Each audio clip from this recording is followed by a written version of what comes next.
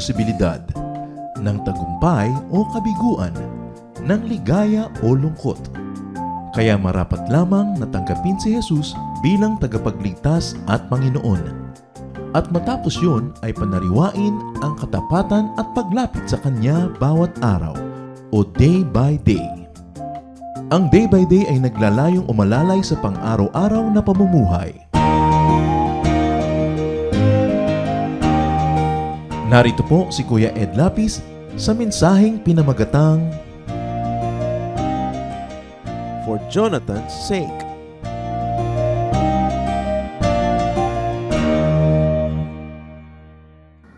Psalm 37:25. I was young and now I am old, yet I have never seen the righteous forsaken, or their children begging bread.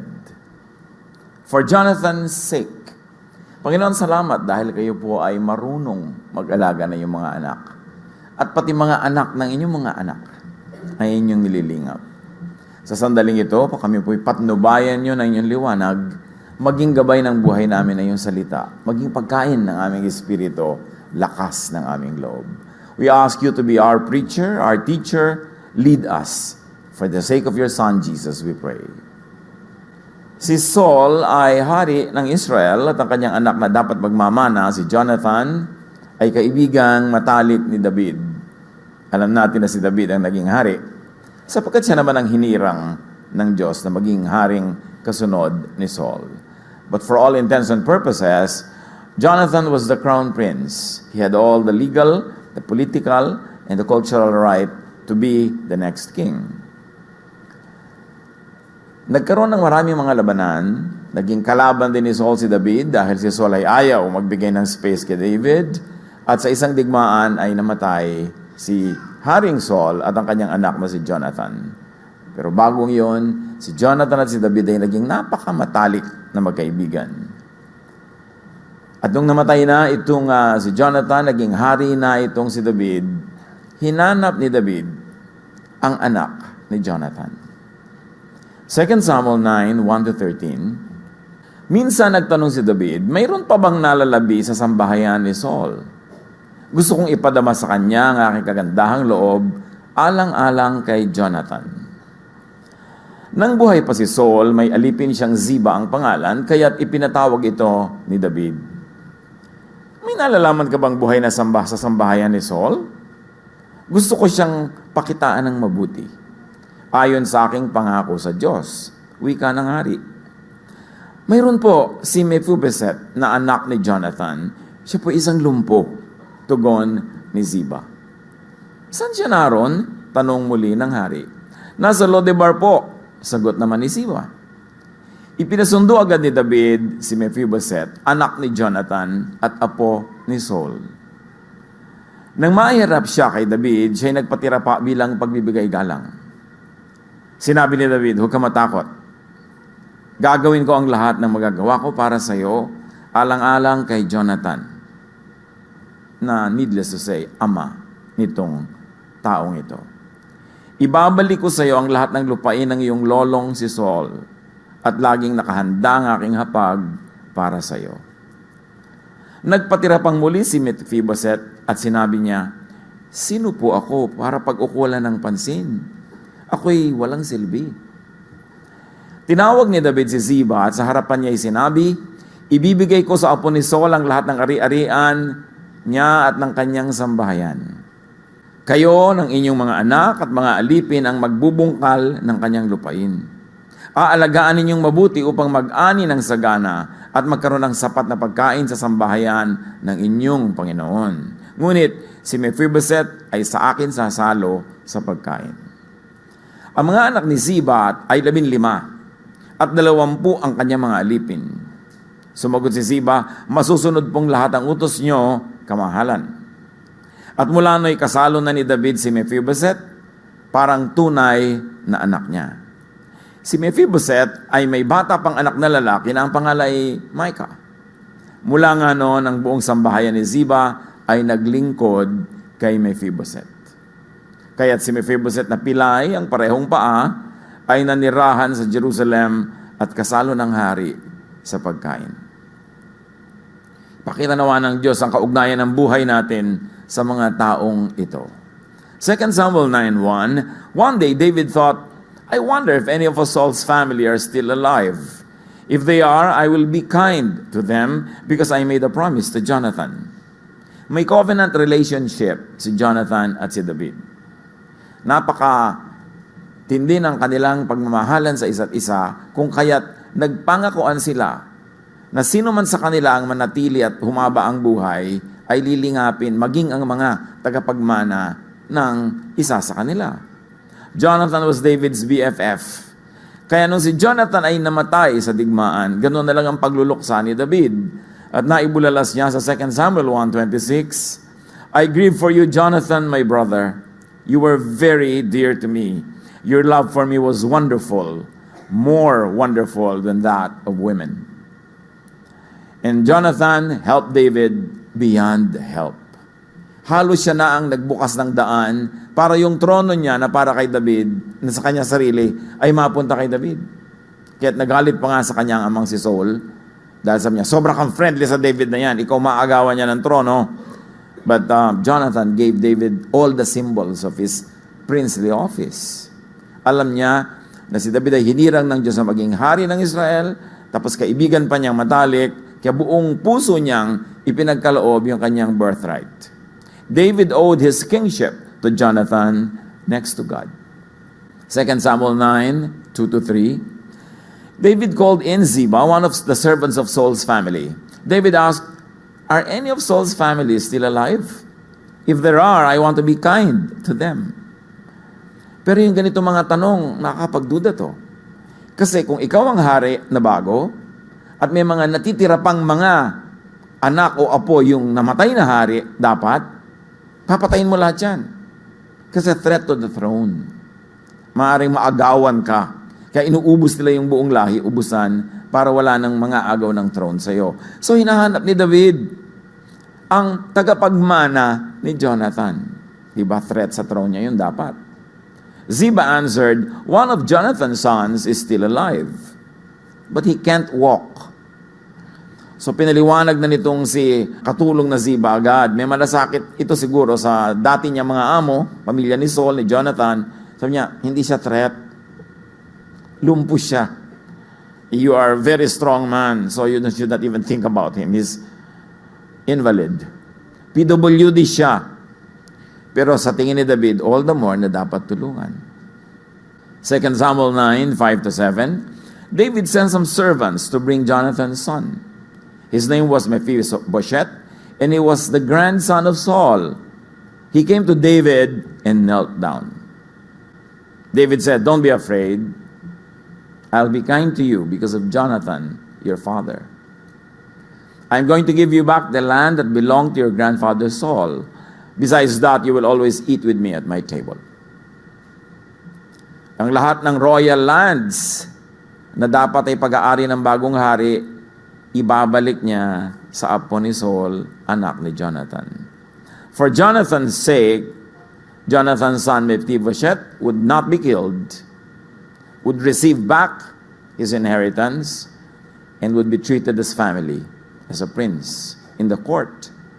2 Samuel 9:8, Mephibosheth knelt down again and said, why should you care about me?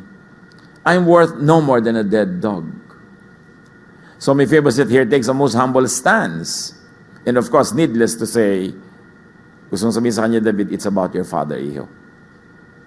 So ikaw magtatanggap ng pag-ibig ko sa kanya, ng pagmamahal ko sa kanya na hindi na niya kayang tanggapin pa. Kasi siya ay sumakabilang buhay. Sa iyo mapupunta, mabubunton, lahat ng goodwill between me and your father. 2 Samuel 9:9-13, David called in Ziba, Saul's chief servant, and told him, since Mephibosheth is Saul's grandson, I'll give him back everything that belonged to your master Saul and his family. You and your 15 sons and 20 servants will work for Mephibosheth. You will farm his land and bring in his crops, so that Saul's family and servants will have food. But Mephibosheth will always eat with me at my table.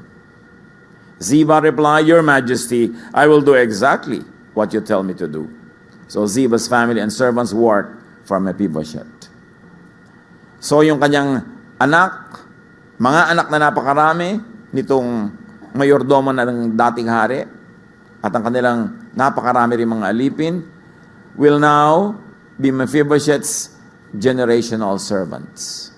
Ganun nung araw eh. Pag amo ka, yung mga katulong mo, yung anak nila magiging katulong ng mga anak mo, generational. So hindi nilagot nitong si David yung privilege na yon na tatanggapin ng anak ni Jonathan. Binigyan niya ng isang clan na magiging slaves sila from generation to generation until of course another dynasty unseats them. Ganun lang naman. Pero habang sila ang nasa poder, patuloy ang ganitong arrangement. 2 Samuel 9:11-13, Mephibosheth was lame, but he lived in Jerusalem and ate at David's table, just like one of David's own sons. And he had a young son, and his name, Micah. So pati ito nga yung anak ni Jonathan, napasama na sa usapan, naging beneficiary na rin kahit third generation na siya mula sa mga magkaibigan na si David at si Jonathan. Pati siya, beneficiary na rin. Ano ang kinalaman natin sa kwentong ito? Dahil lahat ng mga karakter na ito ay nabubuhay din sa ating pagkatao. Do a David, maging isang David, tumanaw ng utang na loob. Ito ay isang old-fashioned value system na parang kumukupas, pero ito ay batas ng Diyos. Kung paano ang batas ng gravity, the law of velocity, the laws of physics, the laws of astronomy, laging reliable, laging totoo, laging magaganap, ganon din ang mga moral laws ng Diyos. Kasi isa ang author. Naintindihan man natin o hindi, ang mga moral laws ng Diyos ay laging magiging effective at laging mananaig. At isa dyan, dapat kang tumatanaw ng utang na loob. Magsukli ng kabutihan sa mga kabutihang natanggap. Hebrews 13:6. And do not forget to do good and to share with others. For with such sacrifices, God is pleased. And when God is pleased, who can stop God from blessing you?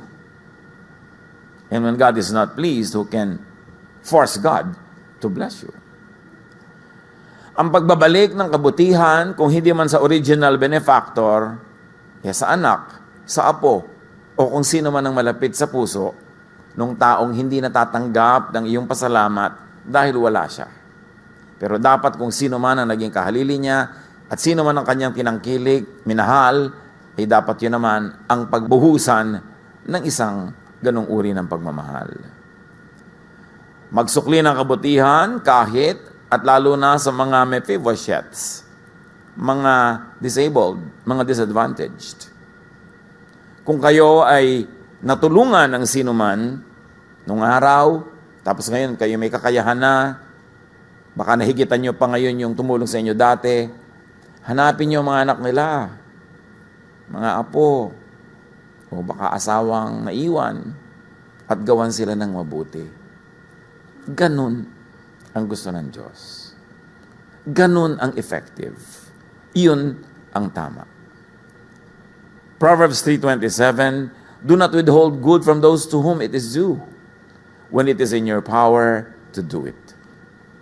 At kung may gumawa sa inyo ng mabuti, natulungan kayo nung araw, imumulat nyo ang inyong mga anak sa katotohanan na yun. Anak, yung matanda na yan, na nabobor ka, pinag-aral ako niyan. Inalagaan ako niyan. Yung mga kamag-anak natin na yan, ako minsan hindi mo gusto ang mga kilos dahil yayamanin ka. Pinakain yan kami ng mga pobre kami. Dapat pinapalaki natin ang mga bata na tumatanaw. At dapat iminumulat natin sa kanila kung kani-kanino may mga utang na loob ang ating pamilya. Kung kani-kanino dapat tayo magsukli para nakatanim sa kanila yon. Hindi yung mga ibang pamilya ang itinatanim sa mga anak nila. Anak, natulungan na ang lolo mo, dating lolo na mga yan, kaya apihin mo sila. Ngayon, yung baligtad na ipinapamana ng mga values. Yung yabang ang nililipat, hindi yung pagpapakumbaba. Luke 14:13 to 14. When you give a banquet, invite the poor, the crippled, the lame, the blind, and you will be blessed. Ang gustong-gusto ng Panginoon na pagtulong, pagtulong sa mga hindi kayang gumante, sa hindi kayang magbayad. Pastor, bakit po ba ang yaman-yaman na siya pa ang binibigyan ng magandang regalo? Hindi naman talaga regalo yun, investment yun. Kaya yung mayaman, binibigyan ng malaki kasi hindi namin kakayahang magbigay ng malaki in return. Tapos pagka mahirap, laging kalendaryo na lang binibigay. Dami-dami na kalendaryo, hanggang cellphone, kalendaryo pa rin. Ba't mo nga bibigyan? Wala namang kaya yung magsukli. That is not the way of God. Kung meron ka mga bibigyan, pipiliin mo yung mga pinaka-disabled, pinaka-unable, at yun ang mas marami kang ibibigay. Kaya gano'n ang mga magulang Kung bisa yung mga anak na mga matitino, mahuhusay, mga maraming accomplishment, hindi nila maintindihan yung magulang nila bakit parang favorite pa itong pasaway na anak, favorite pa itong laging bagsak, favorite pa itong ang bata-bata pa, nagkaanak na kung saan. Kasi nakikita ng magulang na ito ang merong disadvantage. Nakikita ng magulang na ito yung merong weakness. Kaya kinocompensate yun ng magulang. At kung minsan, kung ikaw yung matinong anak, productive na anak, sa'yo pumipitas para ibigay doon sa kapatid mong walang bunga. Because parents are nature's way of giving. Parents are God's way of balancing yung mga magkakapatid. Kaya huwag kayong magdaramdam kung kayo lagi ang nahihingan. Ibig sabihin, kayo yung mabunga. Pasalamat nga, hindi kayo yung binibigyan. At sabi ni Lord, it is more blessed to give than to receive. And it's not an empty phrase. It is true. Imagine, nagbibigay ka, ibig sabihin, may ibibigay ka. Ibig sabihin, nauna ka ng binigyan ng Diyos. Kaya privilege ang ganong mga bagay. Pag nagbibigay ka ng mga handaan, ang una mong asikasuhin na kumakain, yung mga maliliit na tao, yung mga bisita mong hindi masyadong celebrated, hindi mga celebrity. Kasi mga celebrity, marami na kinakain, masarap yan. Karamihan, nagda-diet na yan, kaya tubig na ibigay mo. Yung mga masasarap, ibigay mo ito sa mga dukha. Diba? Dahil yun nga ang hindi nakakakain ng mga ganyan. Ang mga anak ng Diyos, dapat iba yung system. Hindi tayo katulad ng pamamaraan lang ng mga karaniwan. Kasi we are governed by high moral laws of God. And that moral law is not about squeamishness o pagiging maselan. It's about loving. And the less people deserve love, the more they need it. Kaya the less deserving is more loved. Because they need it more. Ganito ng mga prinsipyo ng kalangitan na dapat ay nag-ahari sa isip ng mga anak ng Diyos. So you do a David, you also do a Mephibosheth. Hayaan nyo na spelling kahit magkabalibaligtad. Mahirap talagang. Ako nga dito, nalululun ko yung mga letra niyang Mephibosheth na yan. Gusto ko na lang tawagin siyang Jake. Nang madali, no? But be like him, do not have airs of entitlement. This boy grew up in the palace. This boy grew up as prince. But, naiba ang panahon. Sabi nga nila, weather lang yan. Ibang ngayon ang hari, ibang dynasty, ibang pamilya ang bida. Pagkita niya kay David, lumuhod siya. Lumagay siya sa lugar. Do not expect or demand courtesies because of your parents. Ituro din natin yan sa mga bata. Anak, kung ako man ay ginagalang, kung ako man ay nagkaroon ng kahit konting pagiging kagalang-galang, hindi ikaw yon. You have to earn it yourself. Huwag mong hanapin yung treatment sa akin na maging treatment sa'yo. Kung meron man akong nagawang mabuti sa iba, nagawa ko na kasi yun, ikaw wala pa, so don't expect it. Huwag nating pinapalaki yung mga bata na merong sense of entitlement. Parang duty ng mundo to give them all the nice things. They have to earn it. That's why it is very important for accomplished parents to always inculcate in their children whatever respect people give us, whatever privilege they give us, was hard-earned. And you have to earn it yourself. Importante yun, hindi yung anak ng kung may na-achieve, akala mo siya ang may na-achieve, ang yabang-yabang. Minsan nga, meron ako mga kausap ng mga apo ng mga dakilang bayani natin, kaapu-apuhan. May mga hangin. So I had to tell them, hindi pwedeng ipagmalaki na siya ay apo kasi wala siyang nagawang contribution sa kanyang lolo. Ang dapat magmalaki pa merong achiever, yung magulang nun, yung lolo nun, yung mga nag-contribute sa kanya para maging ganun siya. Pero yung mga apo na ang layo-layo na, wala naman silang contribute para mabaril sa luneta ang kanilang lolo. So hindi dapat ipagyabang yun. You had no participation in the greatness of your ancestor. Dapat lumalagay sa lugar ang mga tao. Huwag yung pinapataas mo ang iyong sarili kesa sa dapat. Maging sa handaan, sabi ng Panginoon sa Luke 14, 8-11, and of course it is a more universal application. Kapag inanyayahan ka sa isang kasalan, huwag kang uupo agad sa upuang pandangal. Baka may inanyayahang mas kilala kesa sa'yo. Baka lapitan nga ng nag-anyaya sa inyong dalawa at sabihin sa'yo, maaari bang ibigay mong upong yan sa taong ito? Sa gayon, mapapahiya ka at doon ka uupo sa pinakaabang upuan. Mabuti pa kapag naanyayahan ka, doon ka muna maupo sa pinakaabang upuan. Kung lumapit sa iyo ang nag-anyaya at kanyang sinabi, kaibigan, dito ka sa kabisera. Mapararangalan ka sa harap ng lahat ng mga panauhin. Sapagkat ang nagmamata sa ibababa at ang nagpapakumbaba ay itataas. It's safe. When you go to an event, you know, the table is a social map. One of the clearest social maps anywhere on earth is the dining table. Sa ibang mas structured events, ito yung host, the most honored guest is nasa kanan niya, the next honored guest is nasa kaliwa. Ba't po ako nandun sa malayo sa likod ng halaman? Alam mo na. Diba? Sabit ka lang siguro dyan. So lumagay ka doon, doon ka dapat, kasi hindi mo naman to event. So, lalagay ka dapat sa lugar, huwag ka nang aagaw ng place of honor. Kasi baka i-demote ka, kahiya naman. Stay humble. At yun ay kahit ang kuya mo, ang magulang mo ay accomplished. At kahit accomplished ka rin mismo, still stay humble. Kasi pagka naman nalagay ka sa isang lugar na higit na mababa kaysa tunay mo dapat kalagyan, mayroong magkokorek nun. Iko-correct nga, hihilahin ka. Pero kung nando ka sa mas mataas kaysa dapat, may hihila rin sa ipababa. Itatama at itatama ka. Again, like the law of gravity, balance, correctness, harmony, symmetry. These are the laws of nature that will always prevail. So if you're in the wrong place, you will get corrected somehow. Stay humble. Romans 12:16, do not be proud, but be willing to associate with people of low position. Do not be conceited. Nakita natin yan dito sa dapat sana ay prince. Dapat sana ay heir to the throne, pero nagpakumbaba siya kay David. At nung sinabi naman sa kanya na, huwag ka nang mag-alala. Itatrato kitang anak, dito kakakain, kasalo ko sa aking mesa. Ibabalik ko ang lahat ng mga kabuhayan na dapat ay sa'yo. Hindi na siya nag-inari, wag po. So, do a Mephibosheth, be a gracious recipient.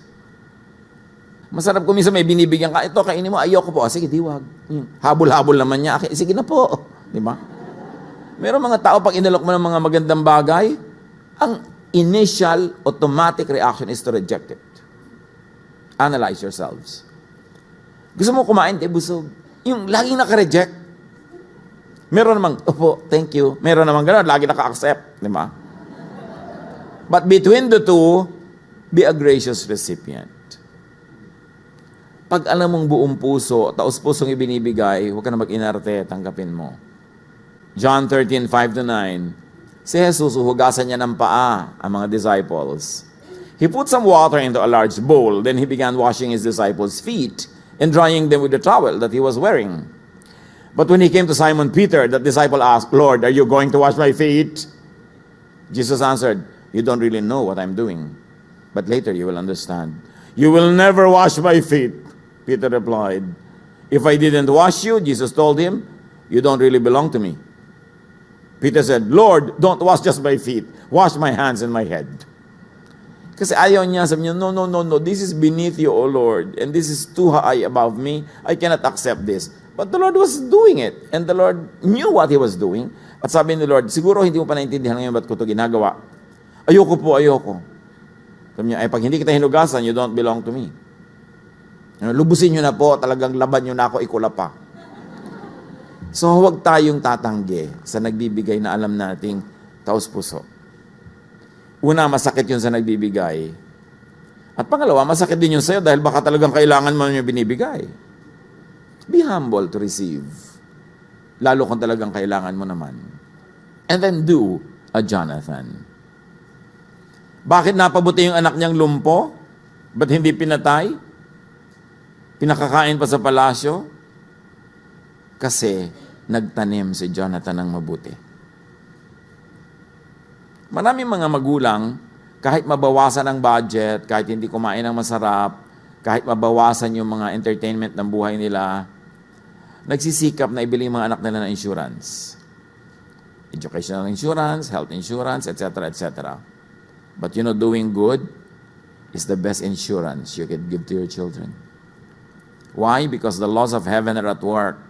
When you do good, God blesses your children. Plant good.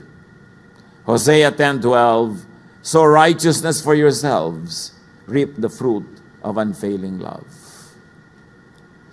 Importante yan.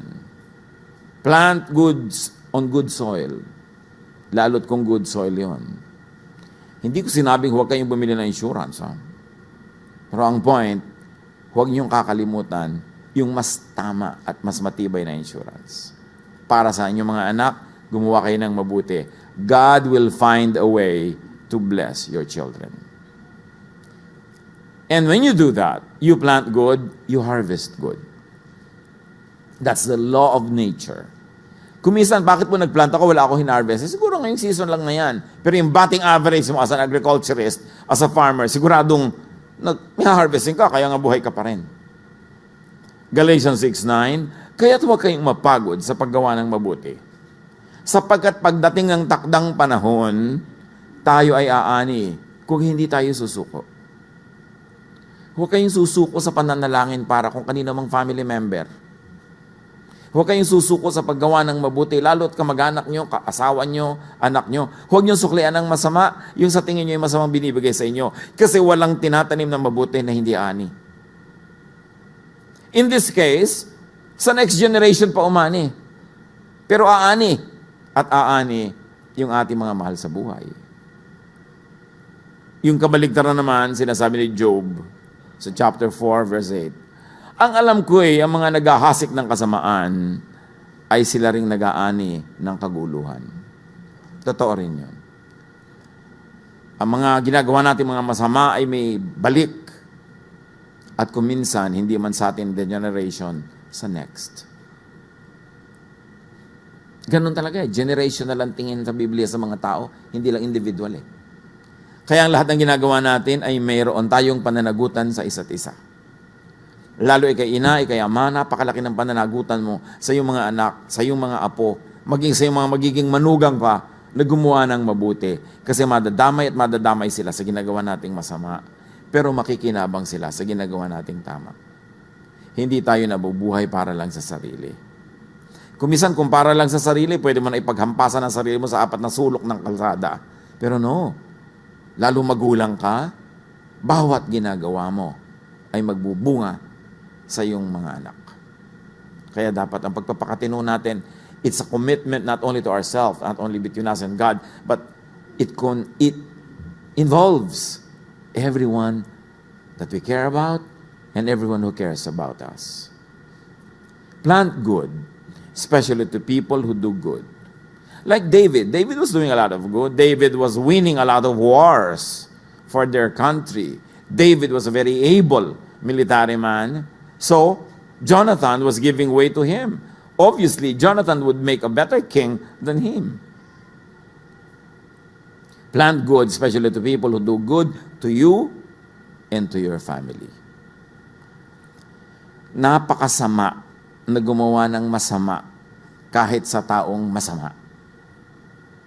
So can you imagine kung gaano kasama na gumawa ng masama sa taong mabuti? Gaano kasama yung pagsusukli mo ng masama sa nagbigay sa iyo ng mabuti? Kinakaukaw mo ang law of nature. Ginugulo mo ang laws that govern the universe. Hindi pwedeng hindi magbunga yan sa iyong buhay. kung gumagawa ka ng masama sa mabuti. Kahit nga sa masamang tao, hindi ka pa rin dapat gumawa ng masama.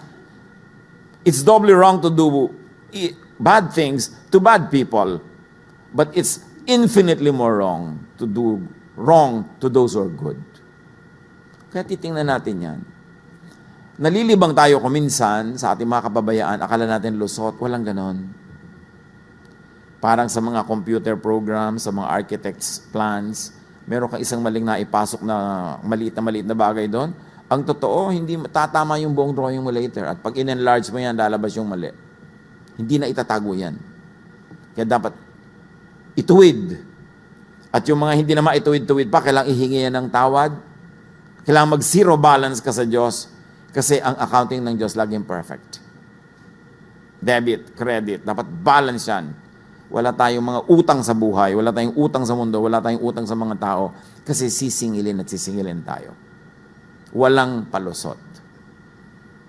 Pero sa kabaligtaran naman, lahat ng gawa mong mabuti may balik. Kaya hindi pinagsisisihan ang paggawa ng mabuti, kahit sa biglaan na hindi parang mabuti rin ang napala. Lahat ng yan may panahon.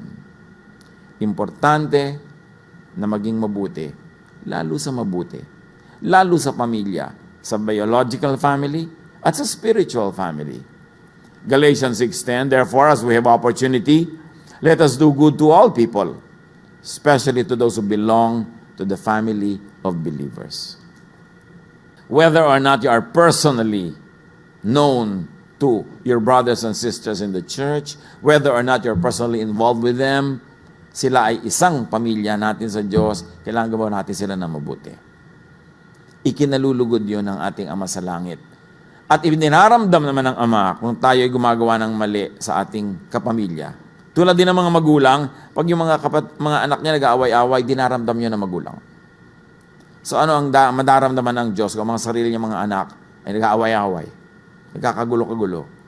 Dapat nating laging isipin at isaalang-alang yung damdamin ng Diyos. Kasi may feeling siya. Napaka-sensitive nga ng Diyos eh. Siya nga yung talagang ramdam na ramdam ang lahat. So plant good, especially to people who are on a mission. Like David. His mission was to be king. His mission was to win battles. His mission was to stabilize and strengthen his country. And so Jonathan did good to him. So Saul stayed with them and moved about freely in Jerusalem, speaking boldly in the name of the Lord. This Saul is now Paul, not the King Saul.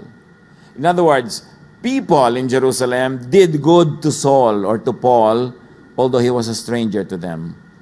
Paul did a lot of bad things to the church.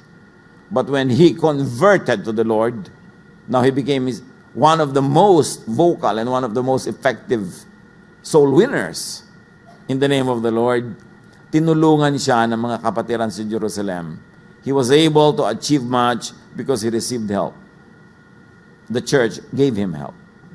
At sa Acts 9, alam natin ang story ni Tabitha o ni Dorcas. Napakamatulungin niya sa mga byuda.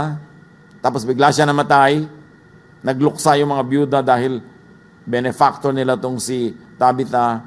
At ang ginawa ng alagad ng Diyos, ipinanalangin at nabuhay muli ang babaeng ito to continue her charities. Pero siyempre, later on, lahat sila din ay sumakabi ng buhay na rin.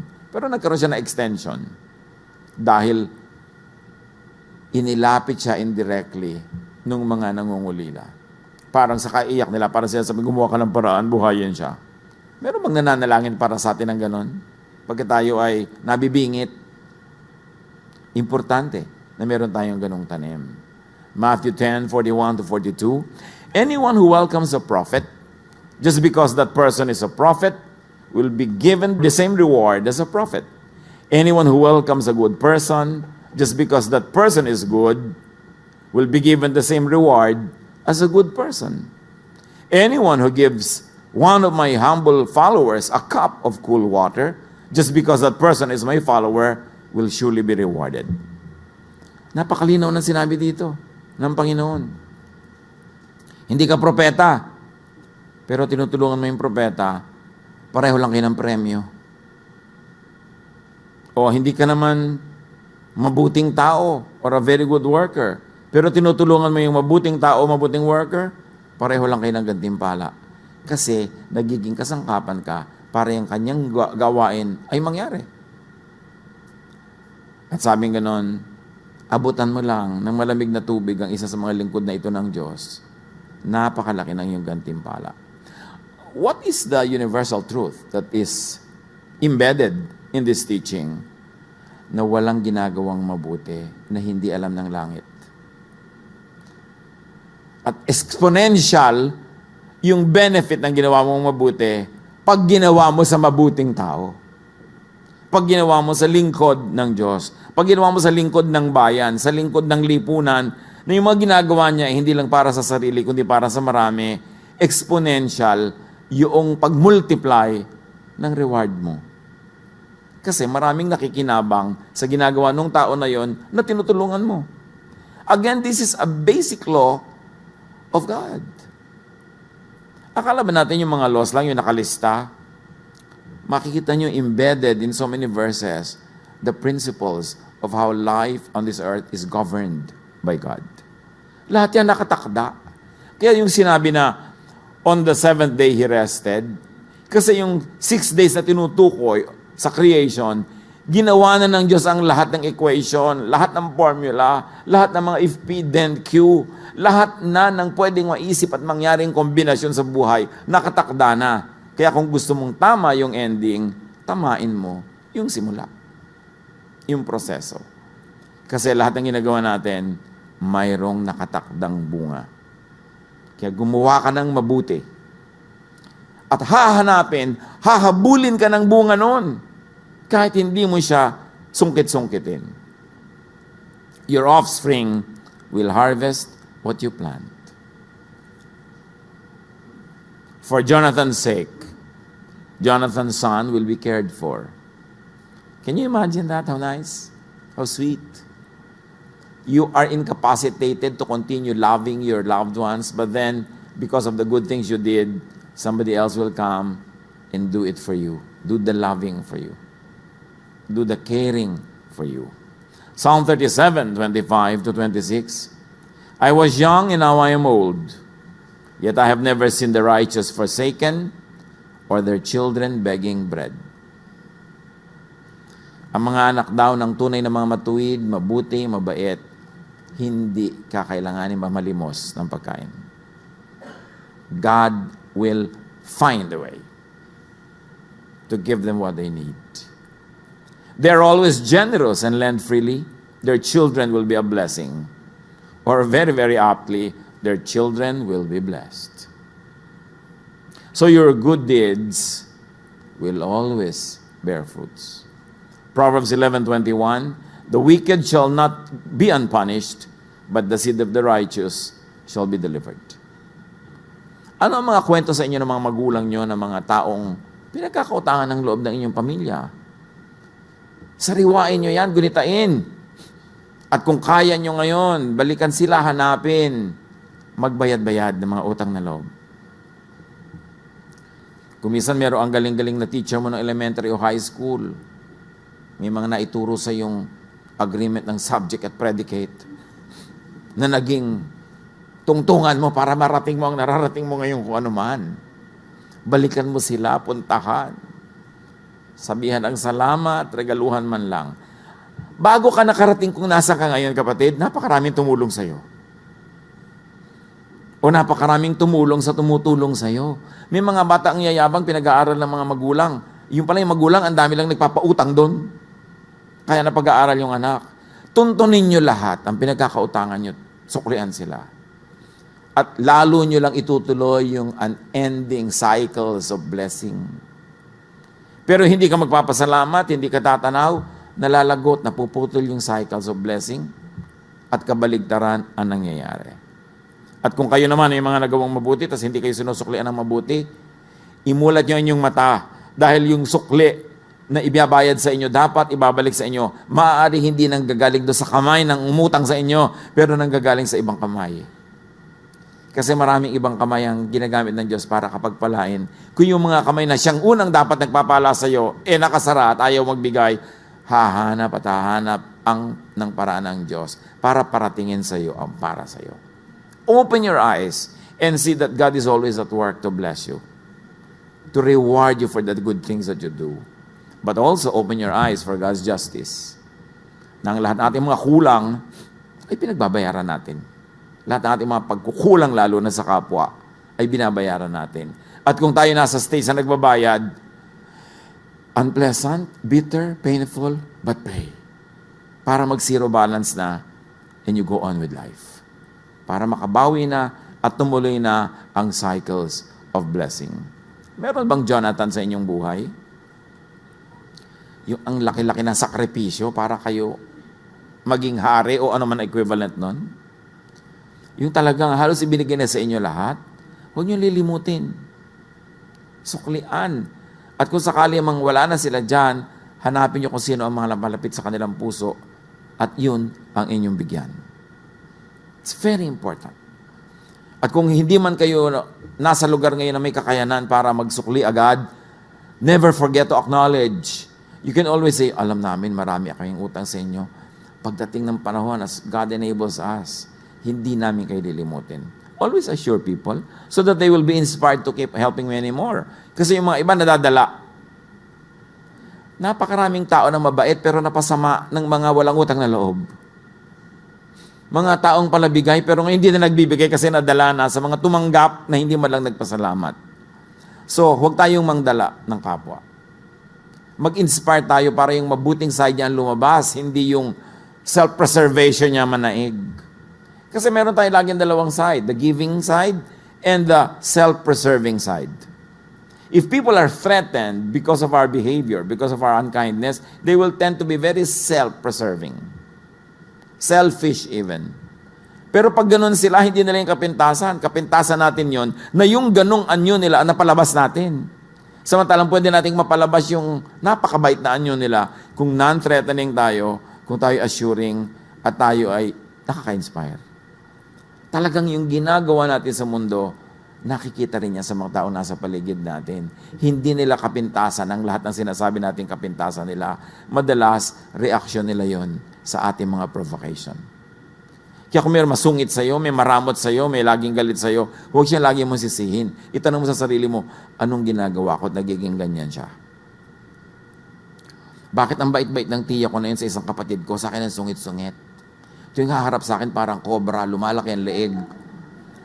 Yan man cobra, pag hindi natetreten, hindi naman lumalaki ang leg nun. So hindi kasalanan ng cobra na cobra siya. Baka natatapakan mo ang paa niya. Kaya gusto kang tuklawin. Dapat tayo mag-isip-isip. Para tayo mga bola sa billiard table, nagbabangga-banggaan tayo, yung pinupuntahan niya, nagpunta siya doon, dahil binangga natin. Meron tayong pananagutan sa mga nangyayari sa ating paligid. Ama namin, napakaganda na kasaysayan ng magkaibigang Jonathan at David. Turuan niyo po kami na maging tulad nila. Turuan niyo rin po kaming alalahanin, tanawan ng utang na loob, ang lahat ng mga tumulong sa amin. At tulad ng napakalinaw na itinuturo mo sa amin ngayon, turuan mo kaming lagi magtanim ng mabuti, gumawa ng mabuti. At kung kami dumaranas ngayon, Panginoon, ng mga tagsalat, hindi kami umaani, naghihirap kami, ipakita mo ng malinaw sa amin.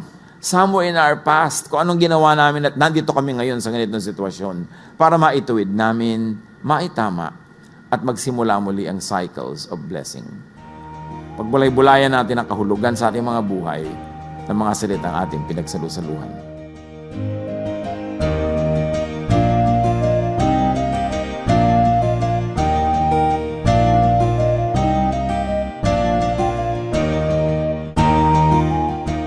Ang katatapos pong mensahe ni Kuya Ed Lapiz ay pinamagatang For Jonathan's Sake.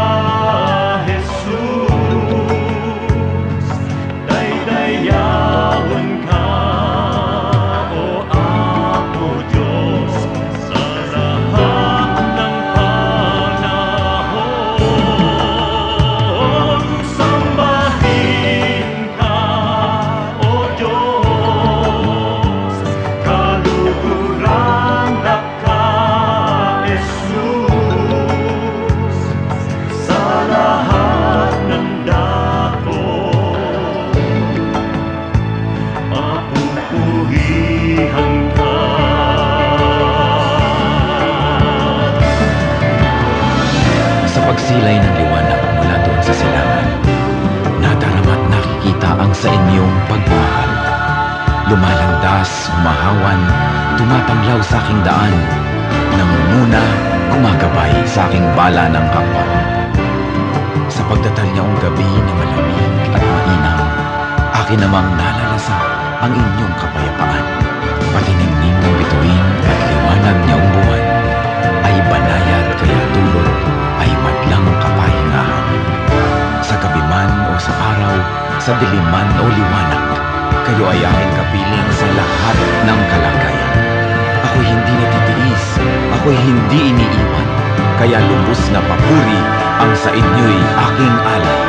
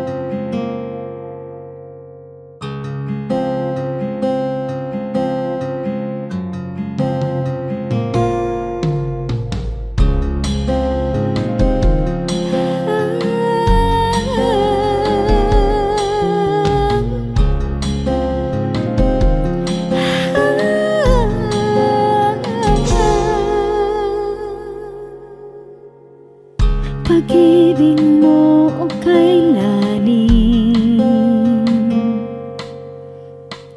sukat man lumayo'y mahal pa rin. Liparin ko man ang dulong ng langit, sa piling mo pa rin magbabalik.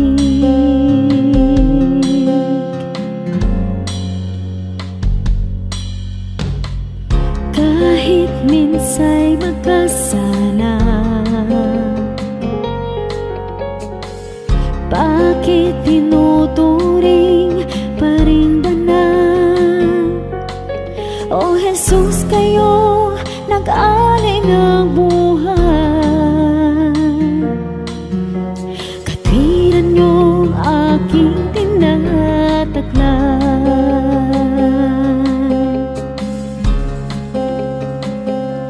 O tanggapin, papuri ay tingin, nagsasabing ikaw aking hari, Diyos na banal, ngalay tinatanghal. Kabutihan mo sa'kin walang Diyos, salamat sa pag-ibig na wagas.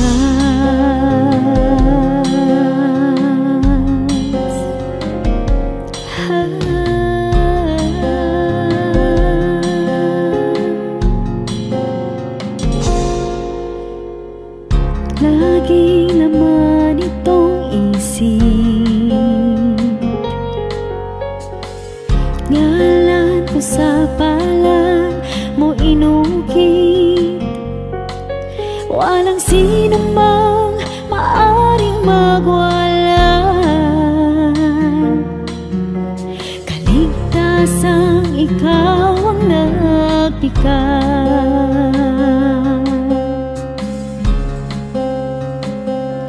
O tanggapin, papuri ay tingin, nagsasabing ikaw aking hari, Diyos na banal, ngalay tinatanghal, kabutihan mo sa'kin walang mali. O Diyos, salamat sa pag-ibig na wagas.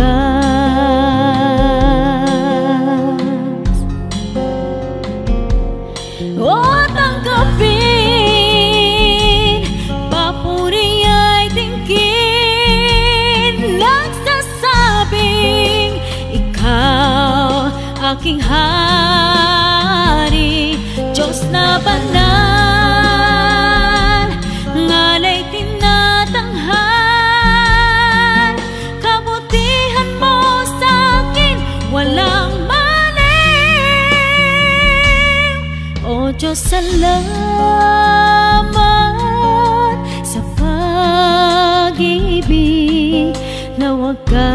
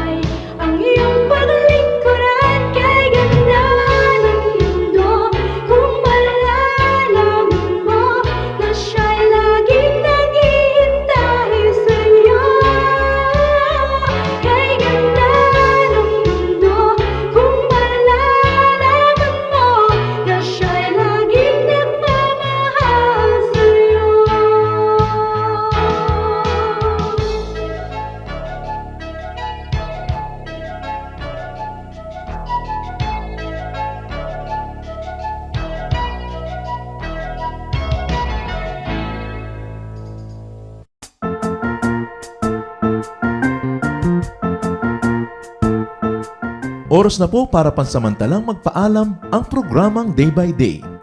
Tayo po'y magsama-sama tuwing ika-6 hanggang ika-7 ng umaga, araw-araw. Magandang umaga po at mabuhay ang Panginoong Hesus!